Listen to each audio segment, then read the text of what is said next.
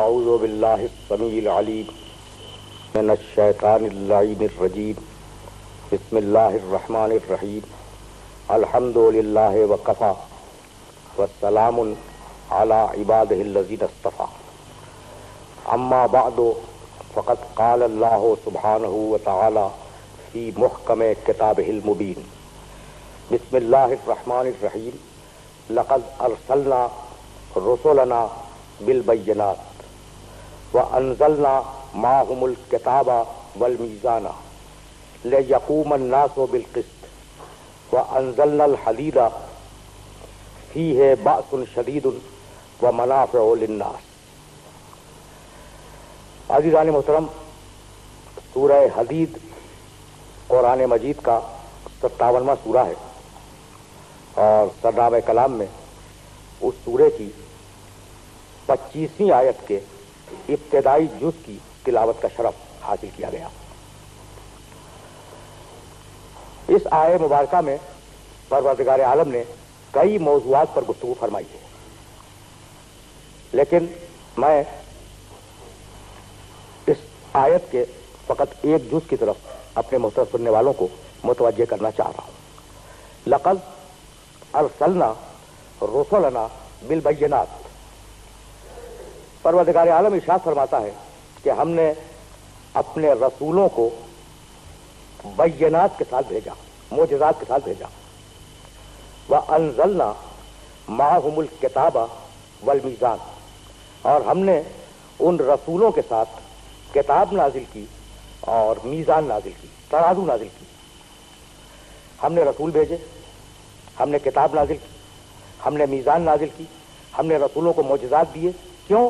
لِيَقُومَ النَّاسُ بِالْقِسْطِ، تاکہ انسان عدل اور انصاف پر اپنے معاشرے کو چلا سکے۔ یعنی عجیب بات ہے، 1,24,000 انبیاء، بہت سی کتابیں، میزان، معجزات، ہدایت کا سلسلہ، یہ سب کیوں ہے؟ لِيَقُومَ النَّاسُ بِالْقِسْطِ، تاکہ انسان عدل و انصاف پر اپنی زندگی کو گزار سکے۔ یعنی ظلم کے خلاف اس سے بڑی تحریک نہیں ہو سکتی کہ پروردگار عالم نے انبیاء نازل کیے عدل کے لیے، یعنی ظلم کی مخالفت کے لیے، کتابیں نازل کی عدل کے لیے کہ عدل قائم ہو، میزان نازل کی تاکہ عدل قائم ہو۔ اچھا دیکھیے، یہ جو ظلم ہے نا، تصور فقط یہ ہے کہ ظلم کے معنی ہے کسی غیر کے ساتھ وہ کام انجام دے دینا جو اس کے مناسب حال نہ ہو، یہ ہے ظلم کا مفہوم۔ کسی غیر کے ساتھ وہ کام انجام دینا جو اس کے مناسب حال نہ ہو۔ تو ہمیشہ یہی سوچا جاتا ہے کہ جب دو ہوں جب ظلم ہوگا، یعنی ایک ظالم بنے ایک مظلوم بنے، جبھی تو ظلم ہوگا نا۔ یہ ہے عام تصور جو ہر انسان کے ذہن میں ہے کہ بھائی جب کم سے کم دو ہوں جبھی ظلم ہوگا، ورنہ اگر اکیلا انسان پوری دنیا میں کھڑا ہوا ہو تو کیا ظلم کرے گا؟ لیکن انسان ظلم کے تصور میں اس بات کو بھول جاتا ہے کہ وہ اکیلا بھی ظلم کر سکتا ہے، اور وہ ظلم ہے اپنی جان پر اور اپنے نفس پر۔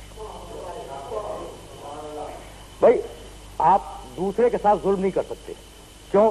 اس لیے کہ آپ کو دوسرے پر حق تصرف نہیں ہے۔ اسی طریقے سے آپ کا نفس اور آپ کی جان جو آپ کو ودیعت کی گئی ہے، یہ امانت ہے اس کی۔ جب امانت ہے اس کی تو آپ کو حق نہیں ہے کہ آپ اس کے ساتھ ظلم کریں۔ تو ظلم کے دو درجے، دوسرے کے ساتھ ظلم کرنا، اپنے ساتھ ظلم کرنا۔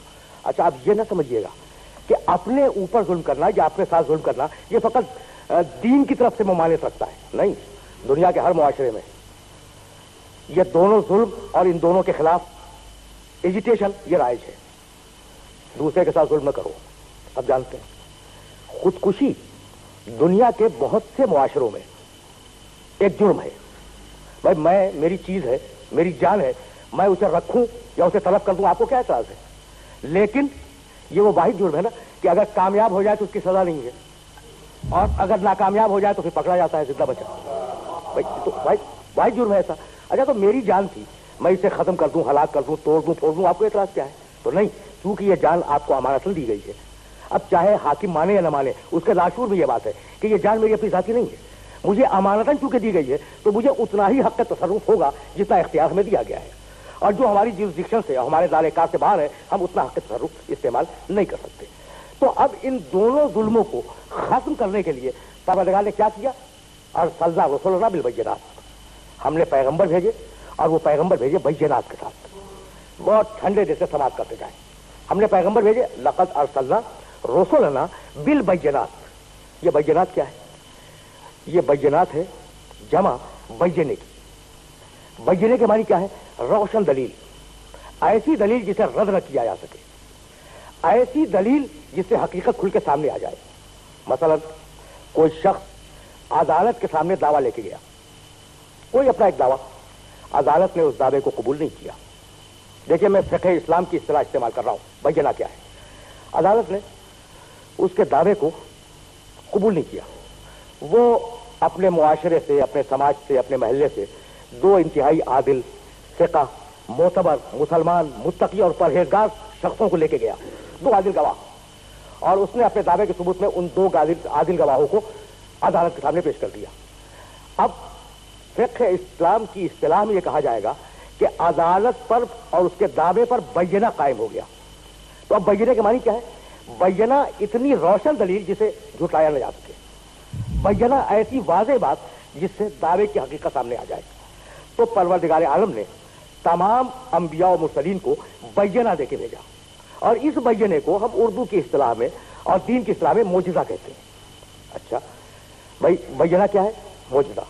معجزہ وہ روشن دلیل کہ جس کے بعد آپ کسی نبی کے دعوے کو جھٹلا نہ سکیں، کسی نبی کے دعوے کی تکذیب نہ کر سکیں. آج کے عہد میں ان معجزات کی حقیقتیں زیادہ واضح ہو رہی ہیں. بھائی کل کا واقعہ تھا نا کہ سلیمان علیہ السلام اپنی بساط پر، اپنے قالین پر بیٹھ کر پرواز کرتے تھے. ہوائی جہازوں نے اس کے امکان کو بہتر بنا دیا، یعنی ذہنوں کے اندر روشن ہو گیا. ہوائی جہازوں نے بساط سلیمان کو روشن کیا، واضح کیا. اچھا یہ کل کا واقعہ تھا کہ عیسیٰ علیہ السلام نے مادرزاد اندھے کو اچھا کر دیا. آج قرنیہ کی تبدیلی سے اندھے کو آنکھ دی گئی یا نہیں دی گئی؟ کل ایسا ہوا کہ مردے کو عیسیٰ علیہ السلام نے زندہ کر دیا، اور آج دل پر مالش کر کے، بعض متمدن ملکوں میں یہاں وہاں دل کو مالش کر کے کچھ دیر کے لیے مردے کو زندہ کر دیا جاتا ہے. کبھی ایسا بھی ہوتا ہے کہ وہ زندہ رہ جاتا ہے. اچھا تو سوچنے والا یہ سوچ سکتا ہے کہ بھائی کل کے بساط سلیمان میں اور آج کے ہوائی جہاز میں فرق کیا ہوا؟ کل کی بینائی عطا کرنے میں اور آج کے قرنیہ تبدیل کرنے میں فرق کیا ہوا ہے؟ سوچتے ایک بات. کل مردہ زندہ ہو گیا، آج ہم نے دل پہ مالش کر کے اسے زندہ کر دیا، فرق کیا ہوا؟ تو بھائی بات یہ ہے کہ جس کے اسباب معلوم ہو جائیں، جس عمل کے اسباب معلوم ہو جائیں، وہ عمل معجزے کے مشابہ تو ہوگا، معجزہ نہیں ہوگا. اور جس کے اسباب معلوم ہی نہ ہو سکے کہ یہ کس سبب سے ظہور پذیر ہو رہا ہے، اسے معجزہ کہا جائے گا. یعنی میں کہنا یہ چاہ رہا ہوں، اپنے محترم سننے والوں کی خدمت تک یہ بات جملہ پہنچانا چاہ رہا ہوں کہ بھئی چاند پر پہنچ جانا اور ہے، چاند کو توڑ دینا اور ہے، سورج کی شعاؤں کو اسیر کر کے اس کی قوتوں کو استعمال کرنا اور ہے، سورج کو پلٹا لینا اور ہے، دور ترین سیارے پہ اتر جانا اور ہے، اور قاب قوسین پہ پہنچ جانا اور ہے. تو ہم نے اپنے پیغمبروں کو ایسے محیر العقول کارنامے دیے، ایسے محیر العقول اعمال و افعال عطا کیے کہ وہ روشن دلیل بن جائیں ان کے وجود پر، ان کی نبوت کے وجود پر. اب اگر یہ بات واضح ہو گئی تو اب یہی سے سلسلہ فکر آگے چلے گا. اچھا پیغمبروں کو کیا دیا؟ بینات دیے، اور بینات دے کے بھیج دیا. اب کیا نازل کیا؟ انزلنا معہم الکتاب والمیزان. ہم نے ان رسولوں کے ساتھ کتاب نازل کی، اور کیا نازل کی؟ میزان. میزان کے معنی ہے ترازو. یہ ذہن میں محفوظ رہے. کتاب آئی، حضرت داؤد علیہ السلام پہ زبور آ گئی، حضرت موسیٰ علیہ السلام پہ توریت نازل ہوئی، حضرت عیسیٰ علیہ السلام پہ انجیل نازل ہوئی، پیغمبر اکرم صلی اللہ علیہ وآلہ وسلم پر قرآن مجید نازل ہوا، اور صحف بھی رسولوں پہ نازل ہوئے. کتابیں تو ہیں. اب تحریف شدہ ہی صحیح، توریت تو ہے، کتنی بھی اس میں انسانی ہاتھ نے تحریفیں کی ہوں، لیکن بہرحال توریت ہے، سامنے موجود ہے. انجیل ہے، زبور موجود ہے، اور یہ ایک بائبل کے اندر آپ کو مل جائیں گی. اچھا اور انبیاء، ملاکی نبی، حبقوق نبی، یرمیاہ، یسیاہ، ان کے صحیح سے موجود ہیں. تو کتابیں تو ہیں. کبھی آپ نے کسی امت میں سنا کہ میزان بھی موجود ہو کسی نبی کی؟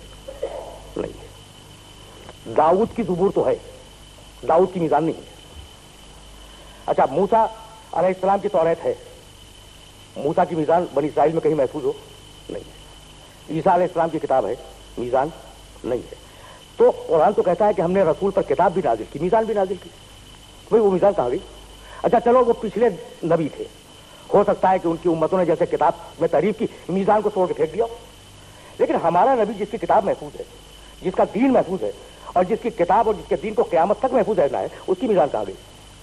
اچھا اب آپ یہ کہہ دیں کہ جناب اس کی میزان تھی گم ہو گئی، تو بھائی ذکر تو آتا وہ نبی جس کے اعضاء کی ڈیٹیلز سیرت کی کتابوں میں موجود ہیں، جس کے لہجے کے تفصیلات کتابوں میں موجود ہیں، جس کے اٹھنے بیٹھنے کے سارے تفصیلات کتابوں میں موجود ہیں، اس نبی کی کتاب تو ہے ہمارے پاس، میزان کی طرح ہے نا، قابل غور بات. اچھا تو اور یہ بھی طے ہے کہ دنیا میں عدل کا معاشرہ قائم نہیں ہو سکتا جب تک کہ دو چیزیں نہ ہوں.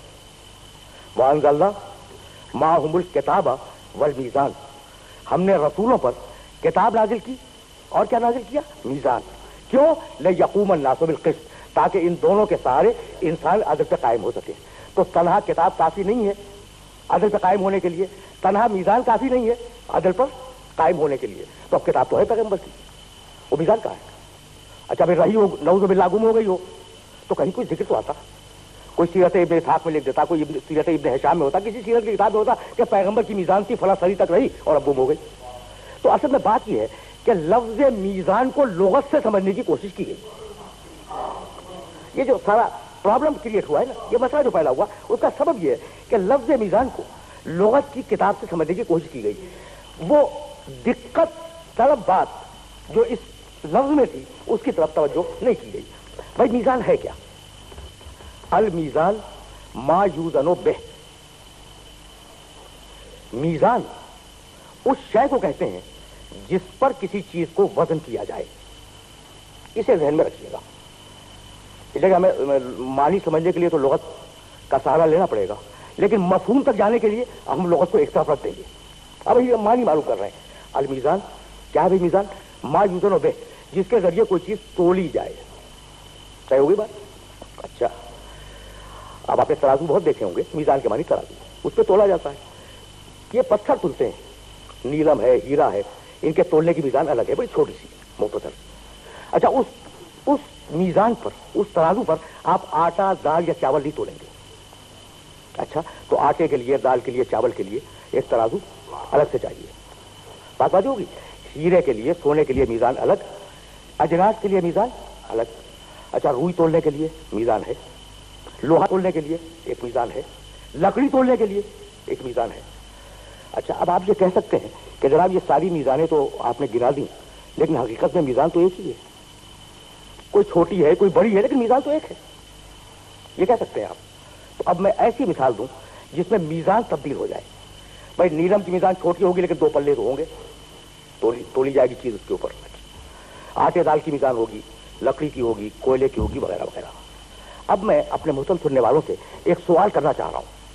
ابھی میں نے کچھ دنوں پہلے کسی روزنامے میں پڑھا کہ بلوچستان میں زلزلہ آیا. آپ نے ہی پڑھا ہوگا، آیا تھا نا، بلوچستان میں زلزلہ آیا. اس نیوز میں یہ ڈیٹیل تھی کہ اتنی طاقت کا زلزلہ تھا اور اس کا مرکز فلاں جگہ تھا. یہ طاقت کس میزان پہ آپ نے تولی؟ وہ ہیرے والی میزان کے اوپر، یا جس پہ آٹا تولتے ہیں اس میزان کے اوپر. تو طاقت کس میزان پہ تولی؟ تو کوئی میزان ایسی ہے جس پہ طاقت تلتی ہے. کسی میزان پہ آٹا تلا، کسی پر دال چاول تلے، کسی پر ہیرا تلا، کسی پر لوہا تلا، کسی پر لکڑی تلی، کسی پر زلزلہ تل گیا. اچھا بخار ہے، بھائی کتنا بخار ہے؟ کچھ ہے، 102 ہے، 99 ہے، 101 ہے. بھائی کس میزان پہ تول دیا آپ نے؟ تو یہ میزان اس زلزلے والی میزان سے الگ ہے نا. اچھا آپ ہوا کا دباؤ تولتے ہیں، کہتے ہیں کہ ہوا کا دباؤ، پریشر ہوا کا اتنا تھا، ہوا میں نمی کا تناسب اتنا تھا. یہ میزان کون سی ہے؟ تو اس کا مطلب یہ کہ اب ہوا میں نمی بھی تل رہی ہے نا، اور اس کی بھی کوئی میزان مخصوص اور معین ہے. دیکھیے اب آپ مشاعرے میں کہتے ہیں کہ بھائی فلاں شاعر نے ناموضوع شعر پڑھ دیا. ناموضوع یہ موضوع جو ہے نا نکلا ہی وزن سے ہے، یعنی اس کا شعر وزن سے باہر تھا. تو اب معلوم یہ ہوا کہ فقط جنس نہیں تلتی، فقط زلزلہ نہیں تلتا، فقط ہوا نہیں تلتی، فقط بخار نہیں تلتا، لفظ بھی تلتے ہیں. لفظوں کی بھی ایک میزان ہے. اگر میری یہ بات واضح ہو رہی ہے تو مجھے یہیں سے آگے جانا ہے. اچھا، تو لفظوں کی ایک میزان ہے نا، اس کا نام ہے علم عروض. مثلا بحر مضارع مفاعل مفاعل مفاعل مفاعل. پرانے اردو کے استاد شاعر نے کہا اپنے دوسرے استاد شاعر پہ اعتراض کرتے ہوئے کہ بحر حضج میں ڈال کے بحر رمل چلے تو بحر مضارع ہے، بحر حضج ہے، بحر رمل ہے، اور ان بحروں پر لفظوں کو تولا جاتا ہے، اور ان بحروں پر جو لفظ مطابق اتر آئے وہ شاعری کے معیار پر صحیح اور موضوع قرار دیے جاتے ہیں. تو لفظوں کی بھی ایک میزان ہے. اچھا، اب عجیب بات یہ ہے کہ علم منطق ایک بڑا علم ہے دنیا کا. فلسفہ پڑھنے کے لیے یہ علم ضروری ہے، لاجک جسے انگریزی میں کہتے ہیں. عربی زبان میں اس علم کا نام ہے علم المیزان. اچھا، منطق کیا ہے؟ ذرا سا دو جملے منطق کے سلسلے میں سنتے جائیں. منطق اس علم کو کہتے ہیں جس علم کے ذریعے انسان کی فکر کو پرکھا جاتا ہے کہ وہ صحیح ہے یا غلط ہے. تو فقط لفظ نہیں تلتے، انسان کی فکر بھی تلتی ہے. انسان کی فکر کو بھی وزن کیا جاتا ہے اور اس کے لیے میزان الگ ہے. تو اب اللہ نے انبیاء کے ساتھ کتاب نازل کی اور میزان نازل کی. اب یہ معلوم کرنا ہے کہ وہ کس چیز کی میزان ہے. جب یہ معلوم ہو جائے گا کہ کس چیز کی میزان ہے تو یہ معلوم ہو جائے گا کہ وہ ہے کیا. تو کیا تلنا ہے بھائی؟ توجہ رکھیے گا. تلنا کیا ہے؟ تو تلنا ہے اعمال کو. دیکھیں، لَيَقُومَ النَّاسُ بِالْقِسْطِ، لَيَقُومَ النَّاسُ بِالْقِسْطِ. ہم یہ چاہتے ہیں. ہم نے نبی بھیجے، رسول بھیجے، اور ان رسولوں کو معجزات دیے. ان کے ساتھ ہم نے کتاب نازل کی، ان کے ساتھ ہم نے میزان نازل کی. بھائی کیوں نازل کی؟ لِيَقُومَ النَّاسُ بِالْقِسْطِ، تاکہ انسانیت عدل پہ قائم ہو جائے. تو انسانیت کو عدل پہ قائم ہونا ہے نا. تو اب ایک ایسی میزان کی ضرورت ہے جس پر انسانی اعمال کو تول کے دیکھا جائے کہ کتنا عدل سے بڑھ گیا ہے، کتنا عدل سے گھٹ گیا ہے، یا عدل کے بالکل مطابق ہے. بات ہوئی نا. تو اب ایسے معیاری اعمال و افعال کا دنیا میں ہونا ضروری ہے جن کے اوپر ہمارے اعمال و افعال تولے جائیں. اس معیاری میزان کا نام ابھی میں روک رہا ہوں کہ اس کا نام کیا ہے. لیکن ابھی فقط اتنا سمجھ لیں کہ ہمارے کردار کو تلنا ہے میدان حشر میں. ہم نے نماز پڑھی، کیسی پڑھی، صحیح بھی ہے یا نہیں. تو کوئی آئیڈیل ہونا چاہیے نا کہ اس کے مطابق اس کو منطبق کر کے دیکھ لیا جائے کہ صحیح ہے یا نہیں. اچھا، ہم نے زندگی گزاری، عدل کے ساتھ گزاری. اب عدل کا جو معیار خالق کی نگاہ میں ہوگا اس کے مطابق تھی یا نہیں تھی. تو اب ایک ایسے عادل کا مجسمہ ضروری ہے جس پر ہمارے عدل کو تول کے دیکھا جائے. مفسرین نے لکھا کہ اس میزان سے مراد خود قرآن ہے. الکتاب الذی هو المیزان. میں مان لیتا، میں اس تفسیر کو مان لیتا اگر بات پوری ہو جاتی. توجہ رکھیے گا. کہنے لگے کہ میزان سے مراد کیا ہے؟ قرآن. اچھا، میزان کس لیے ہوتی؟ بھائی میں دکان پہ گیا اور میں نے ایک سیر چاول خریدا. دکاندار نے مجھے ایک پڈا اٹھا کے دے دیا، ایک تھیلے میں چاول بھر کے دے دیا. میں نے چیلنج کر دیا کہ یہ سیر بھر نہیں ہے، یہ تو 3 پاؤں ہے. اس نے کہا نہیں، یہ سیر بھر ہے. فیصلہ کیسے ہوگا یہ بتائیے؟ اختلاف ہو گیا نا دو میں. فیصلہ ہوگا کہ تول کے میزان پہ دیکھ لو. وہ جو بانٹ رکھا ہوا نا سیر بھر کا، اگر اس کے مطابق ہو جائے تو صحیح ہے دکاندار کی بات، اور اگر مطابق نہ ہو تو پھر میری بات صحیح ہے. بھائی بات تو واضح ہو رہی ہے نا. تو ترازو یا میزان اختلاف کو حل کرتی ہے. اگر قرآن سے اختلافات حل ہو جاتے تو ہم کہتے قرآن میزان ہے. بھائی بات تو واضح ہو رہی ہے نا. اگر قرآن مجید سے اختلافات حل ہو جاتے تو ہم یہ مان لیتے کہ قرآن مجید میزان ہے. لیکن اب ہم کیا کریں کہ قرآن مجید کہتا ہے اقیموا الصلاۃ، نماز پڑھو. اچھا، حکم تو ہے قرآن میں نماز پڑھو. میں اپنی مرضی سے پڑھ لوں اپنے طریقے سے، آپ اپنی مرضی سے پڑھ لیں، تیسرا آدمی اپنے طریقے سے پڑھ لے، کتنے اختلافات ہو جائیں گے. تو قرآن کے حکم میں چونکہ اجمال ہے اس لیے اس نے اختلاف کو رفع نہیں کیا. قرآن نے کہا للہ علی الناس حج البیت من استطاع الیہ سبیلا. جس کا راستہ کھلا ہو، جو مستطیع ہو، جا کے خانہ کعبہ کا حج کرے. اچھا بھائی، میں اپنی مرضی سے کر لوں، آپ اپنی مرضی سے کر لیں، اختلاف تو ہو جائے گا. لیکن قرآن نے تو حکم حج دیا ہے، تفصیلات نہیں بتلائی، اجمال ہے. قرآن نے کہا آتو زکات دو. اب کیسے دو؟ نصاب کیا ہو، کتنے دنوں کے بعد زکات دو؟ کچھ نہیں ہے نا. تو اختلاف کا دروازہ کھلا ہوا ہے. جب تک تفصیل نہ ہو اجمال میں اختلاف کا دروازہ کھلا ہوا ہے. تو قرآن یہ کہہ کے رک گیا کہ اقیموا الصلاۃ، تم نماز پڑھو. بات تو واضح ہو رہی ہے نا. قرآن یہ کہہ کے رکا کہ تم نماز پڑھو. اب ایک ایسی میزان کی ضرورت ہے کہ وہ ہمارے سامنے ہو اور ہم اس میزان کو دیکھ کے نماز پڑھیں تاکہ اللہ کی بارگاہ میں اس کے مطابق قبول کی جائے. اسی لیے قرآن نے کہا کہ اقیموا الصلاۃ، نماز پڑھو. اور پیغمبر اکرم نے کہا صلو کما رأیتمونی اصلی، جیسے میں پڑھ رہا ہوں ویسے پڑھو، میزان میں ہوں، قرآن نہیں ہے۔ قرآن ثابت ہے، میں ناطق ہوں، جیسے میں پڑھ رہا ہوں اس طریقے سے تم نماز پڑھو۔ تو کردار محمد عربی میزان ہے، ہر نبی کا کردار اپنے زمانے میں میزان، ہمارے لیے اور امت اسلامیہ کے لیے محمد عربی صلی اللہ علیہ وآلہ وسلم کا کردار وہ میزان ہے۔ اب میں اپنے سننے والوں سے پوچھنا چاہ رہا ہوں، بھائی کس کا کردار میزان ہے؟ ہمارے رسول کا۔ کتاب قرآن، میزان کردار محمد، بات واضح ہے نا؟ اچھا اب میں پوچھنا چاہتا ہوں اپنے سارے سننے والوں سے کہ بھائی اختلاف ہو گیا میرے اور آپ کے درمیان، میں کہتا ہوں شیر ہے، آپ کہتے ہیں نہیں 3 پاؤ ہے، چیز کیسے تلے گی؟ ترازو پہ تول لو۔ اچھا جو باٹ تھا نا، باٹ جو اس پہ وزن جو رکھا گیا ہے، وہ میں اپنے گھر کے اندر سے نکال کے لے آیا ایک لوہے کا ٹکڑا، آپ اسے تسلیم کریں گے؟ نہیں مانیں گے۔ ضروری ہے رفع اختلاف کے لیے کہ وہ باٹ سرٹیفائڈ ہو، تصدیق شدہ ہو۔ یعنی میں آپ کے باٹ کو نہیں مانوں گا، آپ میرے باٹ کو نہیں مانیں گے۔ رفع اختلاف کے لیے ضروری ہے کہ کوئی بڑی پاور، کوئی بڑی طاقت اسے سرٹیفائی کرتی ہو کہ یہ بات مستند ہے اور واقعی ایک سیر کا ہے۔ تو اب جس کے اعمال کو پروردگار عالم، جس کے کردار کو، جس کی پوری زندگی کو پروردگار عالم میزان بنا رہا ہے، اس کے لیے ضروری ہے کہ اس کے قول اور عمل پر پروردگار عالم کی مہر لگی ہوئی ہو، قول اور عمل پر پروردگار عالم کی مہر لگی ہوئی ہو۔ بھائی یہی سبب ہے کہ انسان یا قول ہے یا عمل، میں آپ کی خدمت پہ عرض کر چکا ہوں، آپ دیکھ لیجئے گا، اپنی پوری زندگی کو دیکھیے گا، اور ہر انسان کو میں ریکویسٹ کرتا ہوں کہ وہ چیک کرے، یا کرے گا یا کہے گا، اس کے علاوہ کچھ نہیں ہے۔ بھائی آپ سن رہے ہیں، کر رہے ہیں، سوئیں گے کریں گے، کام ہے، جاگیں گے کام ہے، اٹھیں گے کام ہے، ملازمت کریں کام ہے، جو کریں وہ کام ہے، بولے قول ہے۔